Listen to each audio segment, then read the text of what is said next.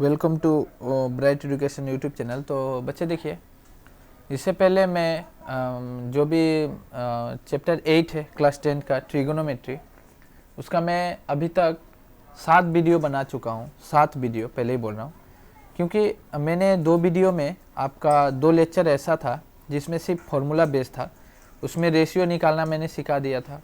इसके बाद मैं जितने भी फॉर्मूला होती है, क्योंकि ये जो पूरा जो मैथ्स है, देखिए मैं दिखा रहा हूँ, ये जो पूरा मैथ्स है ये पूरा डिपेंड है फॉर्मूला के ऊपर।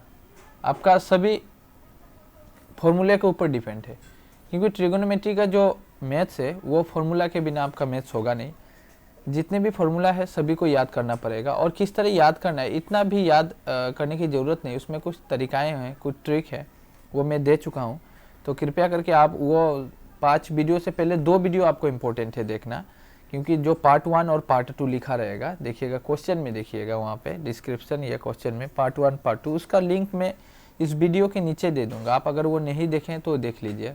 वो नहीं देखकर आप अगर ये क्वेश्चन बनाना शुरू कर दिए हैं तो बेकार हो जाएगा, आपका कोई फ़ायदा नहीं होगा। अगर आप फ़ायदा सोचते हैं कि फ़ायदा ले, वीडियो से आपको प्रॉफिट हो, तो उस प्रॉफिट के लिए, उस फायदे के लिए आपको वो 2 वीडियो देखना बहुत ही ज़रूरी है।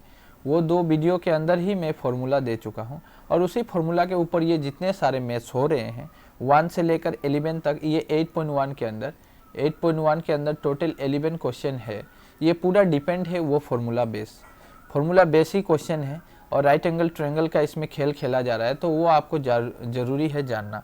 तो आप एक काम कीजिएगा, डायरेक्टली 6 नंबर बनाने की ज़रूरत नहीं, सीरियल वाइज आइए। आप सीरियल आइए, पार्ट 1 देखिए, पार्ट 1 देखिए, पार्ट 2 देखिए, उसके बाद क्वेश्चन नंबर 1 से पकड़िए सीरियल, इसके बाद 6 नंबर पे आइए, तभी आपको समझ में आएगा। चलिए मैं स्टार्ट करता हूँ।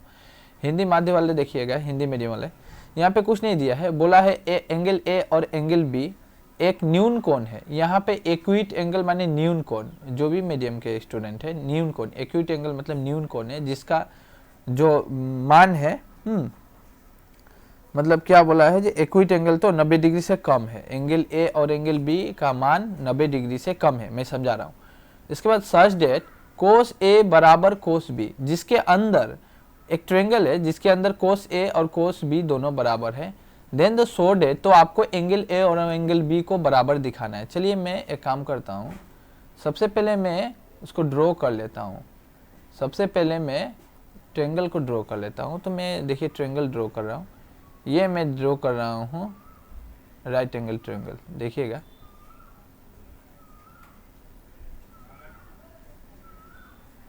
ये है राइट एंगल ट्रायंगल।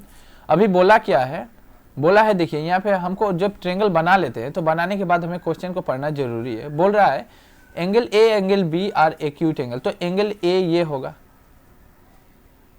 चलिए मैं इसको काम करता हूँ, जो ये कलर अलग कर देता हूँ तब समझ में आएगा। मैं अभी अलग कर रहा हूँ। ये एंगल ए होगा, ये एंगल बी होगा, और इस एंगल का नाम सी होगा। देखिए होता क्या है, बहुत ही धीरे धीरे समझेंगे पर अच्छे से समझेंगे, मतलब समझ में आना चाहिए। कोई भी मैथ्स बनाए समझ में आना चाहिए, अंडरस्टैंडिंग होनी चाहिए। यहाँ पे देखिए, ये एंगल ए मतलब इसका वाला वैल्यू, और एंगल बी इसका वाला वैल्यू, ये दोनों एक्यूट एंगल है। एक्यूट एंगल मतलब जिसका value less than 90 degree, right, मतलब 90 डिग्री से जिस कम हो उस एंगल को हम लोग एक्यूट एंगल, न्यून कोण समझते हैं, न्यून कोण कहते हैं, न्यून कोण, ठीक है। और अगर कोई एंगल का वैल्यू 90 डिग्री है तो उसको हम लोग समकोण यानी राइट एंगल बोलते हैं, राइट। यहाँ पे राइट एंगल ये बन रहा है, एंगल सी बन रहा है। तो चलिए हम लोग बनाते हैं। अभी हमको ये बोला था, कंडीशन जिस तरह बोला उस कंडीशन को लेकर मैं यहाँ पे सिर्फ ट्रायंगल को ड्रॉ कर चुका, ट्रायंगल को ड्रॉ कर दिया मैंने। ये हटा देता हूँ, देखिए एंगल ट्रायंगल को ड्रॉ कर चुका। इसके बाद बोला क्या है, इस तरह का बना लिया। इसी के अंदर बोल रहा है अगर कोस ए मतलब ये और ये दोनों अगर बराबर, दोनों का वैल्यू मान के चलिए, इसका अगर 20 डिग्री है तो इसका भी 20 डिग्री, ये दोनों अगर आपस में बराबर रहे तो क्या एंगल ए और एंगल बी बराबर होगा, मतलब ये भी प्रमाण करना है। प्रूफ डेट का जैसा है, प्रूफ डेट मैथ्स आएगा, प्रमाणित कीजिए उस तरह। तो हम यहाँ पे ये बना लिए। इसके बाद हम सोल्यूशन करेंगे, सोल्यूशन पे चलते हैं। हम यहाँ पे सॉल्यूशन करते हैं। चलिए सॉल्यूशन पे चलते हैं। हम ये triangle A B C, in triangle यहाँ पे लिखेंगे, बहुत मैं शॉर्ट में समझाऊंगा। इन ट्रायंगल ए बी सी मतलब त्रिभुज ए बी सी के अंदर, मतलब ए बी सी में, इस तरह लिखना है हिंदी वाले, त्रिभुज ए बी सी में A B C which angle C which angle C equal to, angle C का जो मान है वो 90 डिग्री है। मैंने बोला था, मैं उसी समय बोला जो एंगल सी का जो वैल्यू आएगा वो 90 डिग्री आएगा। एंगल सी का वैल्यू कितना आएगा? 90 डिग्री आएगा। In triangle A B C which angle C equal 90 degree, क्योंकि एंगल सी का मान हमको 90 डिग्री है, हम देख लिया। अभी हमको बोल रहा है, क्या बोला है? एंगल ए और एंगल बी दोनों को बराबर बोला है, एंगल ए। तो चलिए सबसे पहले इसका काम करते हैं। कोस ए होता क्या है? कोस ए का हम क्या जानते हैं? देखिए यहाँ पे मैंने एक फॉर्मूला लिखाया था, जो फॉर्मूला अभी फिर से काम आएगा। मैंने लिखाया था सोना चांदी तौला पंडित बाटा प्रसाद हर हर भोले। मैं बोला था कि आप इससे पहले सभी देख लीजिए वीडियो, उसके अंदर सभी ट्रिक है, सभी फॉर्मूलाएं दिए हुए हैं। उसी फॉर्मूला के बेस के ऊपर हम क्वेश्चन को लीड करते हैं, क्योंकि जो भी क्वेश्चन उसी के ऊपर डिपेंड है। तो देखिए यहाँ पे कोस ए इसका वैल्यू मांग रहे ए। तो कोस थीटा होता क्या है? Cos theta is equal to base by hypotenuse. चलिए यहाँ पे मैं दिखा रहा हूं, बेस बाय हाइपोटेन्यूज। ठीक है, अभी ए मांग रहा है, ये ए मांगा ना। ए का सीधा सीधी क्या है? जिसका सीधा सीधी जो रहता है वो परपेंडिकुलर हो जाता है, और ये बेस हो जाता है, और ये हाइपोटेन्यूज हो जाएगा। ये लिखना नहीं है आपको एग्जाम में, इस तरह का डॉट डॉट दिखाने है, बस अंडरस्टैंडिंग होना है। ये आपको कब समझ में आएगा? इससे पहले 2 वीडियो में दिया था, पार्ट 1 पार्ट 2, और उसी के अंदर मैं समझा चुका हूँ जो एंगल कैसे चेंजिंग होता है। ये दोनों आपस में एक्सचेंज होते हैं, परपेंडिकुलर और बेस हाइपोटेन्यूज वही रहता है। तो देखिए यहाँ पे क्या मांगा है? यहाँ पे मांगा है, बोल रहा है बेस बाय हाइपोटेन्यूज। अभी बेस कौन सा है? ये वाला है AC। अभी बेस ये वाला है, तो ये वाला है AC। तो यहाँ पे लिखूंगा AC। हाइपोटेन्यूज कौन सा है? ये वाला है, तो ये वाला क्या होगा? AB। चलिए ये AB लिख दिया। ये कोस A का काम खत्म किया।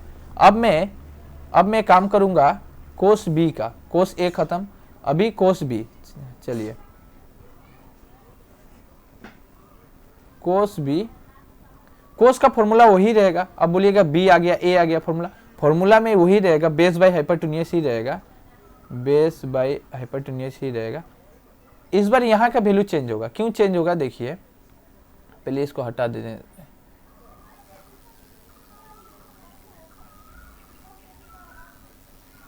रुकिए 1 मिनट। हाँ यहाँ पे देखिए, मैं चला गया था तो मैं इसको फिर से लाया। अभी मैं इसको हटा रहा हूँ।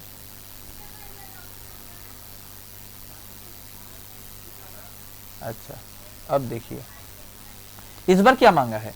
इस बार कोस B मांगा है ना। B ये वाला है ना, ये वाला होने से जब इधर वाला मांगता है तो इसका सीधा सीधी जो रहता है ये परपेंडिकुलर हो जाता है, और इस बार ये बेस हो जाता है, राइट। यहाँ पे मांगा क्या है? Base by hypotenuse. बेस क्या होगा? BC। इस बार बेस होगा यहाँ पर BC बाय हाइपोटेन्यूज वही रहेगा, बदलेगा नहीं। ये मैंने पहले ही बोला नहीं बदलेगा। AB यहाँ होगा A और B।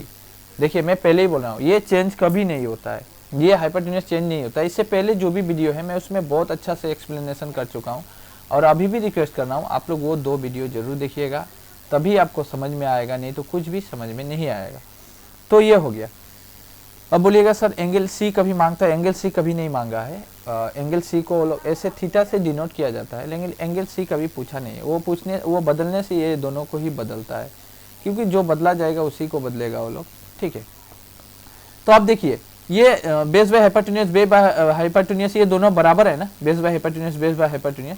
कोस, और यहाँ पे क्या बोला है? कोस A बराबर कोस B। ये कोस A का जो वैल्यू है कोस B के बराबर है, राइट। फिर से ध्यान दीजिएगा, कोस A का जो वैल्यू है कोस B के बराबर है, तो मैं एक काम कर सकता हूँ, यहाँ पे लिखा है ना कोस ए बराबर कोस बी, तो मैं दे सकता हूँ कोस ए बराबर कोस बी के लिए मैं दे सकता हूँ ये दोनों को ए सी, इसलिए ऐसे दे दीजिएगा ए सी, ये है कोस ए का वैल्यू, ये है इसका वैल्यू मैं लिख रहा हूँ, कोस ए का वैल्यू क्या है ए सी बाई ए बी। इसके बाद क्या है यहाँ पे देखिए बराबर, तो मैं बराबर दिया। उसके बाद कोस बी का वैल्यू क्या आया B C by A B, तो B C by A B. अच्छा यही आएगा, इन दोनों को इक्वल कर दीजिए। इक्वल करने के बाद क्या है यहाँ पे देखिए कोस ए है, यहाँ पे कोस ए बी है, कोस बी है, तो ये दोनों कैंसिल आउट हो जाएगा। कोस ए बी नहीं, यहाँ पे ए बी कैंसिल आउट होगा, कोस का अभी कोई फंक्शन नहीं आएगा, क्योंकि कोस का फंक्शन में बोला था कोस ए और कोस बी बराबर है, तो मैं दोनों का जो वैल्यू है उनका वैल्यू को मैं इक्वल कर लिया। इक्वल करने के बाद ये दोनों नीचे से कटेंगे, ऊपर वाला नहीं कटेगा, ऊपर वाला ए सी और बी सी है, दोनों ही अलग है, तो मैं लिखूंगा ए सी बराबर बी सी, राइट, ए सी बराबर बी सी। अब देखिए ए सी बी सी, यहाँ से यहाँ आया ये एंगल, यहाँ से आया ये, मतलब ए सी मतलब ये वाला साइड, उसके बाद बी सी मतलब ये वाला साइड, यही तो हो रहा है ना।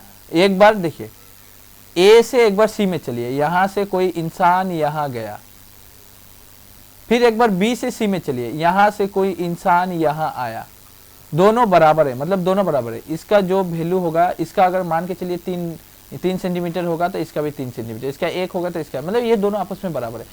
मैं आपको ज्योमेट्री याद है कि नहीं, जो जिस स्टूडेंट ज्योमेट्री सीखे है उसको पहले ही दिख गया होगा कि जब कोई भी दो साइड अगर बराबर होते हैं तो उसका एंगल भी बराबर होता है, तो ये आपको लिखना पड़ेगा। चलिए मैं यहाँ पे दिखा रहा हूँ, इसीलिए अब यहाँ पे ए सी बराबर बी सी है, तो आप लिख सकते हैं एंगल, ये वाला दे सकते हैं एंगल ए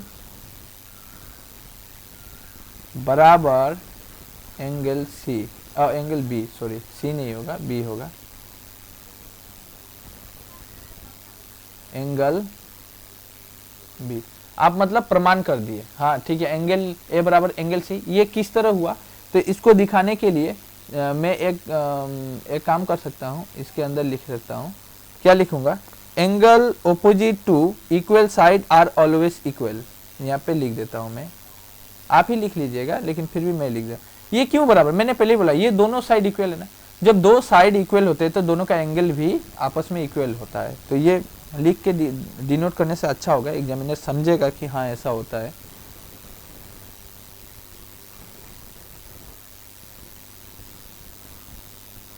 angles opposite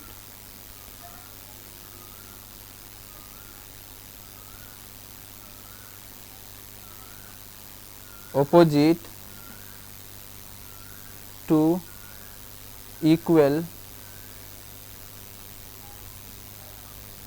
equal side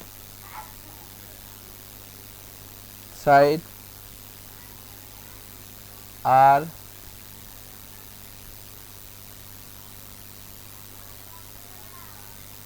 always equal. मैं इसको ब्रैकेट क्लोज कर दिया, लार्जेस्ट ब्रैकेट स्टार्ट किया था, ब्रैकेट क्लोज कर दिया। मतलब क्या होता है, दूटा असामीस वाला ऐसा लिखेगा, दूटा मतलब बाहुर, जब दो बाहु आपस में समान होते हैं तो उसका एंगल भी कोण भी समान होता है, तो असामीस वाला मिला के लिख लीजिएगा। हिंदी वाला लिखेगा जो समान पक्ष के विपरीत कोण हमेशा समान होते हैं, हिंदी वाला ऐसा लिखेगा समान पक्ष के विपरीत कोण हमेशा समान होते हैं। तो ये वाला, ये प्रूफ इतना ही करना था, मैं प्रूफ कर चुका, ठीक है। तो मैं आशा करता हूँ आपको समझ में आया होगा।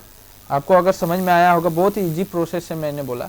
देखिए ये दोनों ही आपस में समान है, मैंने पहले बोला ये साइड मतलब ये साइड इसके बराबर है, ये साइड इसके बराबर है, दोनों आपस में बराबर है, इसमें कोई ये नहीं है जो ये छोटा है ये बड़ा है, मैं समझा चुका था। ये सब आपको डिनोट नहीं करना है एग्जाम में, आपको एग्जाम में ये सब दिखाना नहीं है, ये दिखाना नहीं है ये सब, बस आपको ये सब कुछ भी नहीं दिखाना है, ठीक है।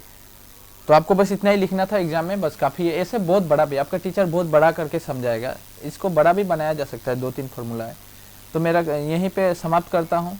अगर आपको अच्छा लगा, आप एक काम कीजिएगा, इसको एक लाइक ज़रूर दीजिएगा, क्योंकि लाइक देने से क्रिएटर को मोटिवेशन मिलता है, वो भी बनाने के लिए आपको हमें